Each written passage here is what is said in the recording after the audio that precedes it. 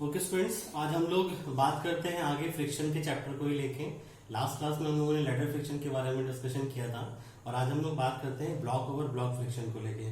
आपने देखा होगा पुराने पेपर्स अगर आप उठाएं अपने यूनिवर्सिटी एग्जाम के, तो कई बार सारे क्वेश्चन ऐसे आए हैं जिनमें एक ब्लॉक के ऊपर दूसरा ब्लॉक रखा हुआ है, तो आपको उसमें कुछ प्रॉब्लम्स जो है वो सॉल्व करने होते हैं। क्या प्रॉब्लम्स रहते हैं नॉर्मली, वो हम बात करते हैं। ध्यान रखिएगा, नॉर्मली एग्जाम में जो क्वेश्चन पूछे जाते हैं वो ज्यादातर दो ब्लॉक के क्वेश्चन ही रहते हैं। कोशिश करेंगे आगे कि एक से ज्यादा, दो ब्लॉक से ज्यादा जो क्वेश्चन है वो भी सॉल्व करने की। पहले हम बात करते हैं दो ब्लॉक्स को लेके। तो सबसे पहले हम स्टार्ट करते हैं हॉरिजॉन्टल कंडीशन को लेके। तो देखिए यहाँ पे ये क्वेश्चन आपको गिवन है, मैं क्वेश्चन डायरेक्टली आपको समझा देता हूँ कि एक ब्लॉक हमारे पास है यहाँ पे ब्लॉक बी और उसके ऊपर एक ब्लॉक ए रखा है। साथ ही साथ वो ब्लॉक ए जो है उसके साथ एक स्ट्रिंग अटैच है जो ये वर्टिकल बॉल के साथ कनेक्टेड है। और इस हॉरिजॉन्टल वाला जो ब्लॉक है, लोअर ब्लॉक पी बी वाला, इस ब्लॉक पे एक horizontal force P right direction में लगा के उसको पुल किया जा रहा है। तो आपको बताना है कि ये पी का जो वैल्यू है वो कितना होना चाहिए मिनिमम, कि ये ब्लॉक जो है वो जस्ट वहां से स्लिप कर जाए या आगे की तरफ मूव कर जाए।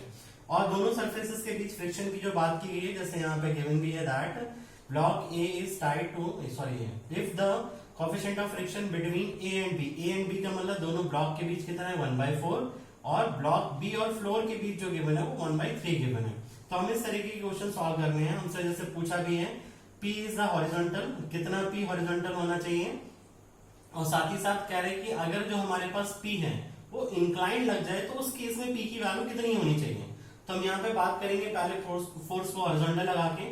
तो हमारा जब भी ऐसे क्वेश्चन मिले तो हमेशा ध्यान रखिए कि इनका फ्री बॉडी डायग्राम बनाइए अलग। तो हमने क्या किया, दोनों ब्लॉक को अलग अलग सेपरेट बनाया, दोनों को नॉर्मली एक साथ ही बनाएंगे और थोड़ा सा गैप देके बीच में, ताकि जब हम फोर्सेस दिखाएं तो प्रॉपरली दिखाई दें। और फ्री बॉडी डायग्राम हमेशा ध्यान रखिएगा हम इंपेंडिंग स्टेट पे बनाएंगे। लास्ट टाइम भी मैंने इंपेंडिंग स्टेट के बारे में डिस्कशन दिया था कि दैट मींस द स्टेट की जहां पे स्टैटिक फ्रिक्शन वाला जो लिमिट है वो जस्ट आपका मैक्सिमम वैल्यू रीच करता है, उसके बाद अगर हल्का सा भी फोर्स ब्लॉक पे लगेगा तो वो मूव कर जाएगा। तो हम उसी कंडीशन की बात करते हैं जहां पे, और इसी कंडीशन पे ध्यान रखिएगा हम फ्रिक्शन फोर्स को नॉर्मली जो है वो कोएफिशिएंट ऑफ फ्रिक्शन और उस सरफेस से जो नॉर्मल रिएक्शन मिल रहा होगा उसके मल्टीप्लिकेशन के इक्वल रखते हैं। अब हम 1 बाय 1 करके फ्री बॉडी डायग्राम ड्रॉ करते हैं। पहले हमने ब्लॉक ए रखा और फिर ब्लॉक बी रखा।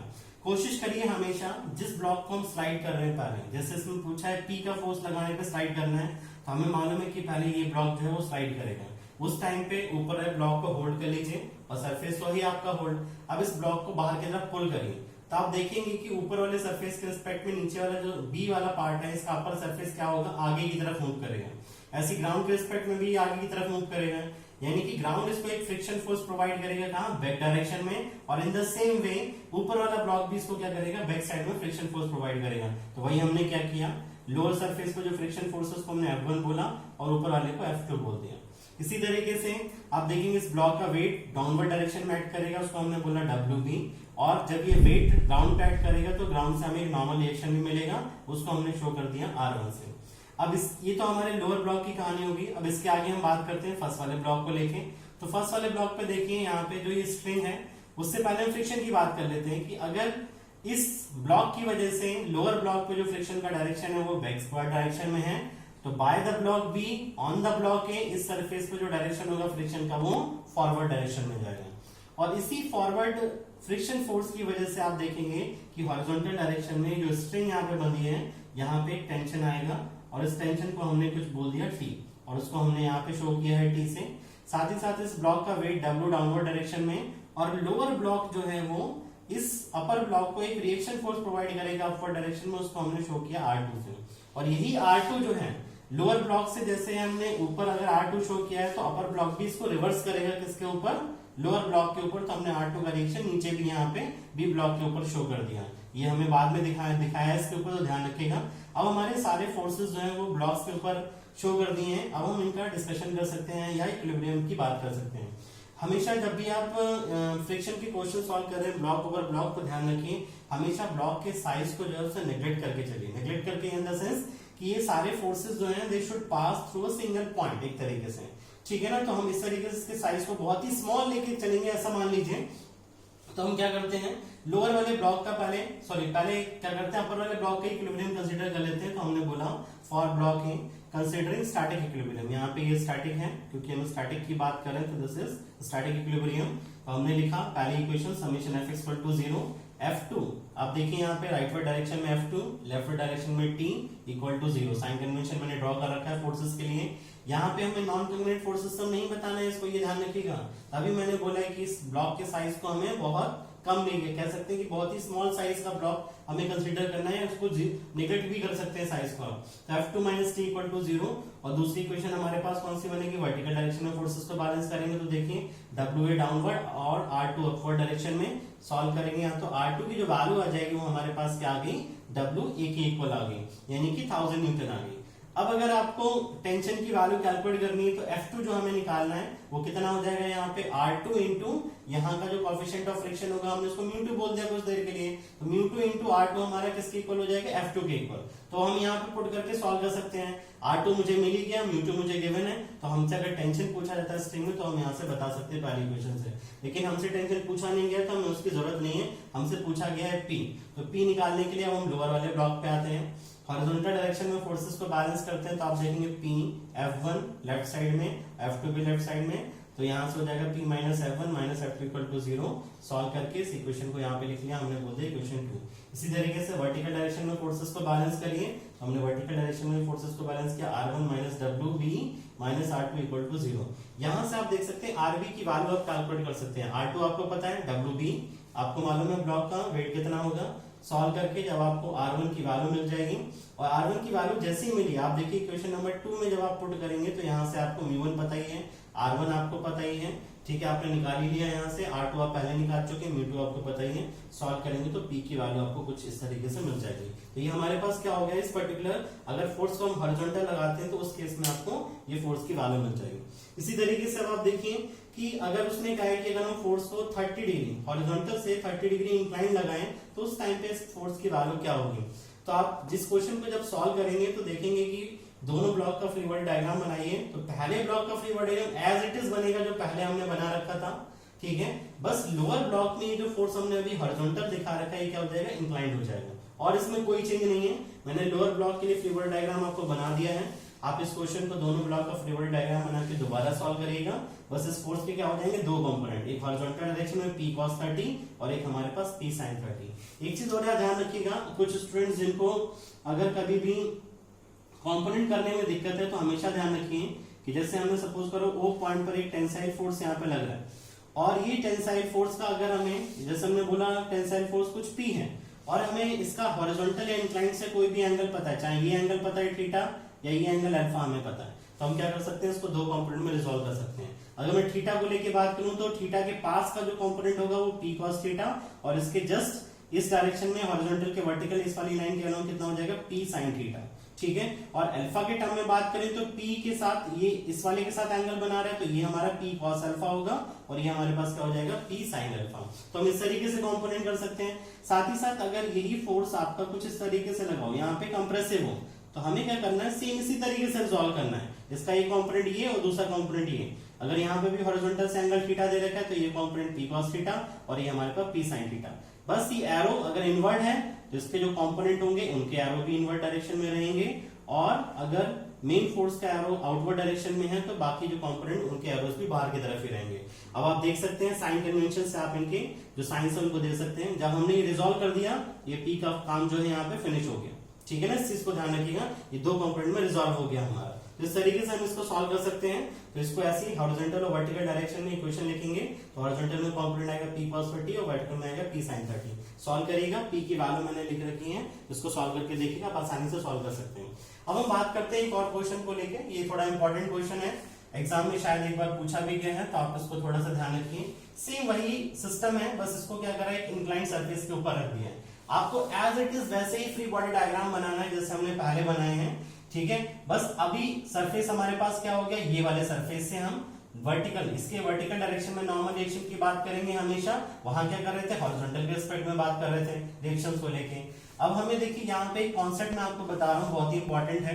कभी भी आपको कोई ऑब्जेक्ट इंक्लाइंड प्लेन पर रखा है तो आप उसके लिए एंगल्स कैसे फाइंड आउट करें, ठीक है। जैसे सपोज करो मैंने यहाँ पे बोला कि एक इंक्लाइंड सरफेस है जिसका हॉरिजॉन्टल से एंगल थीटा है, और यहाँ पे मैंने एक स्मॉल सा ऑब्जेक्ट बोला कि पॉइंट ऑब्जेक्ट रखा है जिसका वेट क्या है, W। एक छोटा सा स्फीयर मैंने बोल दिया कि वहां पे W का रखा है। अब देखिए इसका वेट जो है वो वर्टिकली डाउनवर्ड यहाँ पे इस डायरेक्शन में वर्क कर रहा होगा, और इस पे जो रिएक्शन मिल रहा होगा वो ये क्या है, सरफेस के नॉर्मल डायरेक्शन में, यानी कि परपेंडिकुलर क्या हो जाएगा, इस तरफ, ऊपर की तरफ। तो हम देखेंगे वहां पे उसकी वैल्यू कुछ हमें इस तरीके से दिखाई देगी। और ये क्या है, ये परपेंडिकुलर हो गया इस इंक्लाइंड सरफेस के। तो आप देखेंगे कि ये अगर हम इसको आगे बढ़ाएं तो ये हमारे पास एक ट्रायंगल मिल रहा है। इस ट्रायंगल में ये एंगल थीटा है, ये 90 है, तो ये कितना हो गया 90 माइनस थीटा। और ये लाइन इस वाली लाइन के नाम परपेंडिकुलर है, तो टोटल एंगल कितना है 90। तो अगर ये 90 माइनस थीटा है, टोटल एंगल 90 है, तो ये एंगल हमारे पास क्या हो गया, थीटा वैल्यू। यानी कि कभी भी आपके पास कोई भी ऑब्जेक्ट किसी इंक्लाइंड प्लेन के ऊपर रखा है या टच भी कर रहा है, तो हमेशा देख सकते हैं कि उसका वेट या वर्टिकल डायरेक्शन में और जो प्लेन है उसके नॉर्मल डायरेक्शन में, उन दोनों के बीच का जो एंगल होगा वो वही एंगल होगा जो इंक्लाइंड सरफेस हॉरिजॉन्टल से बना रहा है। इस कॉन्सेप्ट को आप हमेशा ध्यान रखिए, अदरवाइज आपको नॉर्मली हर बार ये सॉल्व करके देखना पड़ेगा। बहुत ही इंपॉर्टेंट कॉन्सेप्ट है, इसको ध्यान रखेंगे तो आप क्वेश्चन आसानी से सॉल्व कर सकते हैं। अब हम देखते हैं यहाँ पे फ्री बॉडी डायग्राम। देखिए एज इट इज, बस वेट का डायरेक्शन हमने डाउनवर्ड ऐसे लगाया है, बाकी R2 F2 इस तरीके से वर्क करेंगे। क्योंकि ये देखिए यहाँ पे क्या है, बोला है उसने क्वेश्चन में कि 900 जो ब्लॉक है वो डाउनवर्ड की तरफ स्लिप करता है। तो हमें वो कंडीशन बतानी है उसके लिए कि यहाँ पर पूछ रहा है कि the coefficient of friction what should be the value of theta, यानी कि थीटा की वैल्यू बतानी है कि ये डाउनवर्ड स्लिप करने लगे हमारा। ठीक है, तो यहाँ पे क्या होगा, जब ये डाउनवर्ड आएगा तो अगेन देखिए इस सरफेस और सरफेस के रिस्पेक्ट में क्या होगा, आगे की तरफ मूव करेगा, तो फ्रिक्शन डायरेक्शन क्या हो जाएंगे, अपवर्ड डायरेक्शन में। In the same way friction जो इसको इधर ऊपर मिल रहा था, इस वाले ब्लॉक को क्या होगा, इस डायरेक्शन में मिलेगा। तो टेंशन की वैल्यू जो स्ट्रिंग में रहेगी वो इस तरफ रहेगी, इसी फ्रिक्शन फोर्स की वजह से हमें क्या मिलेगा, टेंशन की वैल्यू मिलेगी। बाकी नॉर्मल रिएक्शन जो है एज इट इज सारे के सारे आप दिखाएंगे यहाँ पे, इस सरफेस से R2 और वेट वर्टिकली डाउनवर्ड डायरेक्शन में। अब ये जो प्रॉब्लम्स हैं नॉर्मली जब इंक्लाइंड सरफेस पे होते हैं तो उनको हम कैसे सॉल्व करें, आप ध्यान से देखिए। अगर मैं इसको हॉरिजॉन्टल लाइन ऐसे बनाऊं और ये वर्टिकल लाइन बनाऊं, तो नॉर्मली जो हम एक्सिस तरीके से ड्रॉ करते हैं अपनी कन्वेंशनल जो हमारे पास तरीका है एक्स और वाई कोऑर्डिनेट सिस्टम का, तो आप देखेंगे कि अगर हम ऐसे रिजॉल्व करेंगे तो मल्टीपल फोर्सेस को उनको रिजॉल्व करना पड़ सकता है। तो उस कंडीशन से बचने के लिए हमारे पास सबसे अच्छा तरीका होता है कि जब भी आप फ्री बॉडी डायग्राम बना के उनको सॉल्व कर रहे हैं तो हमेशा इस इंक्लाइंड सरफेस, जैसे हमने यहाँ पे भी शो कर रखा है कि आप इंक्लाइंड सरफेस के पैरेलल अपनी एक्स एक्सिस मानिए और उसके नॉर्मल डायरेक्शन में वाई एक्सिस माना। मैं यहाँ पे भी बना देता हूँ कि हॉरिजॉन्टल डायरेक्शन में एक्स एक्सिस हो गई और ये वर्टिकल डायरेक्शन में यहाँ पे वाई एक्सिस हो गई। यानी कि अब जब भी मैं कभी बोलूंगा समेशन एफ एक्स तो क्या हो गया, वो इंक्लाइंड सरफेस के पैरेलल हम उसको बैलेंस कर रहे हैं। और जब हम एफ वाई की बात करेंगे समेशन एफ वाई, तो हम क्या कर रहे हैं, इंक्लाइंड सरफेस के परपेंडिकुलर डायरेक्शन में बात कर रहे हैं। आप हमेशा जो हमारे सरफेसेस हैं उनको डॉटेड लाइन से बना दीजिए ताकि आपको थोड़ा सा विजुलाइज करने में आसानी हो कि सरफेस हमारा कहाँ पे है। तो हमने यहाँ पे देखिए अगेन ये बनाया है, तो इस 900 के दो कंपोनेंट हम कर सकते हैं। ये हमारा R2 के साथ क्या एंगल बना रहा होगा, थीटा, जैसे अभी मैंने आपको समझाया है। तो इसके दो कंपोनेंट हो जाएंगे 900 cos थीटा और 900 sin थीटा, ठीक है ना, इस डायरेक्शन में ही। तो हम बात करते हैं कि करके इनकी इक्विलिब्रियम इक्वेशंस लिखते हैं। ब्लॉक ए को अगर आप कंसीडर करेंगे तो simply summation F X equal to 0, अब एफ एक्स हमारा क्या इस डायरेक्शन में हम बैलेंस कर रहे हैं, तो हमने लिख दिया यहाँ पे summation F X equal to 0। अगर आप ये डायरेक्शन नहीं बनाते हैं तो आपको बताना पड़ेगा कि मैं फोर्सेस किस डायरेक्शन में बैलेंस कर रहा हूँ। और अगर आप ये डायरेक्शन यहाँ बना देते हैं फ्री बॉडी डायग्राम के साथ में, तो देखने वाला अपने आप समझ जाएगा कि आपने फोर्सेस को किस डायरेक्शन में क्या है बैलेंस किया है। तो ये हमारे पास जब इस डायरेक्शन में बैलेंस करेंगे तो क्या आ जाएगा, -7 + t equal to t minus, और इसका एक कंपोनेंट 300 का डायरेक्शन में क्या हो जाएगा 300 sin थीटा। तो हमने यहाँ पे लिखा 300 sin थीटा, थोड़ा सा रीअरेंज करिए, सॉरी इसको ऐसे रहने दीजिए, आपकी क्वेश्चन नंबर 1 हो जाएगी। इसी तरीके से वर्टिकल डायरेक्शन में भी फोर्सेस को बैलेंस करिए, तो ये हो जाएगा 300 cos कितना हो जाएगा थीटा, वर्टिकली अपवर्ड डायरेक्शन में R1, तो हमारे पास कितना हो जाएगा R1 - 300 cos theta. This is equation number 2। अभी हमें इन दोनों से कोई वैल्यू नहीं मिलनी क्योंकि मुझे क्या कैलकुलेट करना है, थीटा। तो यहाँ से हम थीटा डायरेक्टली नहीं निकाल सकते क्योंकि मुझे अभी R1 भी चाहिए और भी जो वैल्यूज है कोई थीटा निकालना है, सॉरी। तो हमें जब तक R1 नहीं पता होगा तो हम कैसे निकालेंगे। तो हमें क्या है, दूसरे ब्लॉक का भी फ्री बॉडी डायग्राम कंसीडर करना पड़ेगा, उसका भी फ्री बॉडी डायग्राम कंसीडर करके स्टैटिक इक्विलिब्रियम कंसीडर करिए और इक्वेशंस बनाइए एज इट इज और उनको सॉल्व करिए। तो आप देखेंगे यहाँ पे एक इक्वेशन हमें ये थर्ड मिली, हॉरिजॉन्टल में बैलेंस करने पे, वर्टिकल में बैलेंस करने पे इक्वेशन नंबर 4 मिल गई। अब आप देखिए कि इनमें से आप किस इक्वेशन को कैसे रीअरेंज करें कि हमें जो रिक्वायर्ड वैल्यू है वो मिल जाए। तो आप ध्यान से देखिए यहाँ पे इक्वेशन नंबर 3rd और 4th जो है, यहाँ पे हमें R2 की वैल्यू हमें गिवन है, ठीक है ना। तो जब मुझे R2 गिवन है, R1 मैंने यहाँ से निकाला है, म्यूज आपको म्यू पता ही है आपको दोनों सरफेसेस के लिए या सभी सरफेसेस के लिए सेम दे रखा है 1/3। तो आप सिंपली क्या कर सकते हैं, यहाँ से इक्वेशन नंबर 3 और 4 को यूटिलाइज करके यहाँ पे ये हमारे पास 4 इक्वेशन हो गई और ये 3 हो गई। तो यहाँ से 4 से उठा के वैल्यू इसमें पुट करिए और सॉल्व करिए, तो आप देखेंगे यहाँ से सिंपली सारे टर्म्स हमें कॉस और साइन में मिल जाएंगे। साइन के टर्म को एक तरफ रखिए, कॉस के टर्म को दूसरी तरफ ले जाइए और उसे 10 के फॉर्म में अरेंज करिए। सॉल्व करेंगे दिस वैल्यू इज 5/9 और फाइनली सॉल्व करने पे थीटा में कितना मिलेगा 29.05। एक चीज हमेशा ध्यान रखिएगा, यहाँ पे हमें क्या लेना है, इनवर्स लेना है। कई बार यहाँ पे बहुत मिस्टेक होती है कि स्टूडेंट इनवर्स नहीं लेते हैं, सीधे सीधे 10 5/9 की वैल्यू निकाल देते हैं। हमें थीटा कैलकुलेट करना है तो 10 इनवर्स 5/9 करना पड़ेगा, तब हमें यहाँ पे थीटा की वैल्यू मिलेगी। ठीक है ना, मैं यहाँ पे लिख भी देता हूँ that theta equal to this is tan inverse of 5/9 value. इसे सॉल्व करिए अपने कैलकुलेटर से और ये वैल्यू निकाल लीजिए। ठीक है, अब हम बात करते हैं एक और प्रॉब्लम को लेके, और ये प्रॉब्लम भी बहुत ज्यादा डिफिकल्ट नहीं है। दोनों प्रॉब्लम्स का कॉम्बिनेशन मान सकते हैं यहाँ पे कि एक हमारा ब्लॉक इंक्लाइंड सरफेस पर रखा है, दूसरा ब्लॉक हमारा क्या हॉरिजॉन्टल सरफेस पर रखा है। क्वेश्चन क्या है कि हमें बताना है कि P के फोर्स की मिनिमम वैल्यू कितनी होनी चाहिए कि हमारे पास जो ये सिस्टम जो है ये अपवर्ड डायरेक्शन में मूव करने लगे। तो हमेशा ध्यान रखना, जब भी कभी आपको इस तरीके से बोलता है कि P की मिनिमम वैल्यू बताओ, तो आप कभी भी उस फोर्स को हॉरिजॉन्टल या वर्टिकल नहीं लगाएंगे। हमेशा उस P की बात करिए क्या, इंक्लाइंड, एक थीटा एंगल पे। यहां हमें दे रखा है थीटा की वैल्यू, अगर नहीं दिया होता तो आपको थीटा एज्यूम करना पड़ता, यानी कि आप हमेशा उसको एंगल पे ही मानेंगे। अब हम क्या करते हैं, यहां से सॉल्व करते हैं इस क्वेश्चन के लिए। दोनों का अलग अलग फ्री बॉडी डायग्राम बनाते हैं। फ्री बॉडी डायग्राम बनाने से पहले एक चीज ध्यान रखिए, आप देखेंगे यहाँ पे ये जो एक बीच में पुली है, ये ऊपर से एक रोप जा रही है दोनों मासेस को कनेक्ट करते हुए। ये पुली जो है, इसने बोला है कि पुली हमारी क्या फ्रिक्शन लेस है। हमेशा ध्यान रखिए, पुली जो है वो यहाँ पे मास लेस हम ले रहे हैं, साथ ही साथ फ्रिक्शन लेस भी उसने बताया। जब तक मास बोला ना जाए तब तक आप मास लेस ही लेंगे उसको, और फ्रिक्शन लेस बता ही दिया गया है। तो इस जो हमारा रोप या थ्रेड जो भी होगा, इसमें जो टेंशन होगा वो सेम होगा। किसी रोप में टेंशन की वैल्यू तब तक सेम रहेगी जब तक या तो वो किसी मासलेस पुली फ्रिक्शन लेस पुली से पास कर रही हो, और साथ ही साथ बीच में कोई नॉट ना हो, यानी कि गांठ हमने ना लगा रखी हो। अगर जैसी गांठ आ जाएगी तो दो थ्रेड अलग अलग हो गए या रोप अलग अलग होंगे, तो उनमें टेंशन की वैल्यू अलग हो जाएगी। तो हमेशा ध्यान रखिए, जब भी कभी एक सिंगल रोप एक फ्रिक्शन लेस पुली से पास कर रही है तो टेंशन की वैल्यू हमेशा सेम रहेगी, यानी कि यहाँ पे भी टेंशन टी होगा और इस तरफ भी टेंशन टी होगा। तो दोनों ब्लॉक के लिए अब हम अलग अलग फ्री बॉडी डायग्राम की बात करते हैं। तो हमने क्या किया, पहले इस वाले ब्लॉक का फ्री बॉडी डायग्राम यहाँ पे ड्रॉ किया। क्यों हम इसको ड्रॉ कर रहे हैं यहाँ पे पहले, क्योंकि जब तक इस स्ट्रिंग में आप टेंशन नहीं निकालेंगे तब तक आप इस पी को सॉल्व नहीं कर सकते, इसलिए हमें यहाँ पे पहले इस ब्लॉक को सॉल्व करने की जरूरत पड़ेगी। अब आपको ये बात कैसे पता लगेगी, जब आप मल्टीपल क्वेश्चन सॉल्व करेंगे तो आपको अपने आप समझ में आ जाएगा कि पहले मुझे किस बॉडी का फ्री बॉडी डायग्राम ड्रॉ करना चाहिए। जैसे आपको याद होगा कि हम ट्रसेस में सॉल्व करते थे मेथड ऑफ ज्वाइंट, तो फोर्सेस हम वर्टिकल डायरेक्शन में बैलेंस करें कि हॉरिजॉन्टल डायरेक्शन में बैलेंस करें। तो हमने क्या किया, इसका फ्री बॉडी डायग्राम बनाया।